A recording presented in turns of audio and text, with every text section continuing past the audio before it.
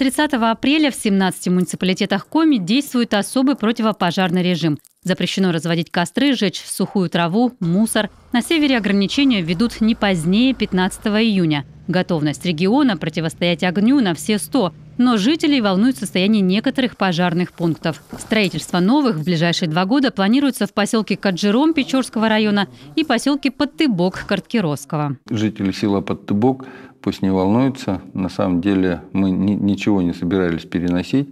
И пожарное подразделение там сохранится в этом поселке.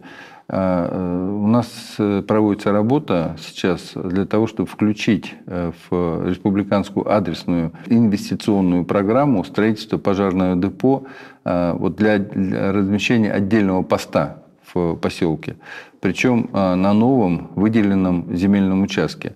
Поскольку там, где находилось сегодняшнее пожарное депо, находится в зоне разрушения береговой линии реки Вычегда.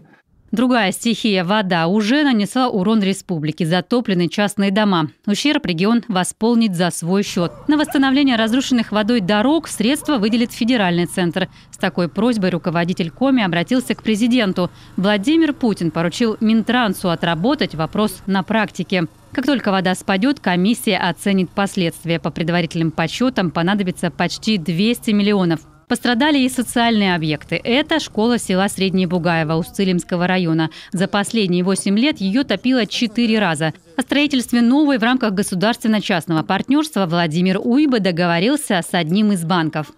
Думаем, где подклеим, подкрасим. Открываемся к 1 сентября. У нас никогда не было, что мы не открывались. Новый механизм переселения из районов Крайнего Севера. Еще одна инициатива, о которой руководитель региона заявил на федеральном уровне. Сейчас в очереди 29 тысяч человек, а переезжают по программе всего 280 семей в год. Тем временем в центре столицы Коми давно ждут сноса ветхие деревяшки. Понятно, что нужны будут федеральные деньги, но они так и так все равно используются. Но они используются там немножко, тут немножко. Я предложил их сложить вместе. И те, которые идут по сертификатам, и те, которые выделяются на снос ветхого зданий, на переселение, сделать одну программу. Но именно пилотную для Коми. Это поддержал вице-премьер и попросил подготовить такую пилотную программу, что мы сейчас и делаем. Владимир Уйба развеял волнение жителей Жешерта Усть-Уймского района. Дом культуры в поселке будет капитально отремонтирован в этом году. Инженерные коммуникации, окна, двери, большой концертный зал – все будет модернизировано. Продолжается создание модельных библиотек. В Аргашоре за счет федеральных средств и еще 8 в сельских поселениях обновит республика. Городские библиотеки в Ухте, Воркуте и Усинске в планах на 2021 год. На каждую заложено по 10 миллионов рублей. Если народ, республика вкладывает в культуру, то они вкладывают в свое будущее. Потому что не будет культуры, не будет языка, люди, конечно, потеряют основы основ.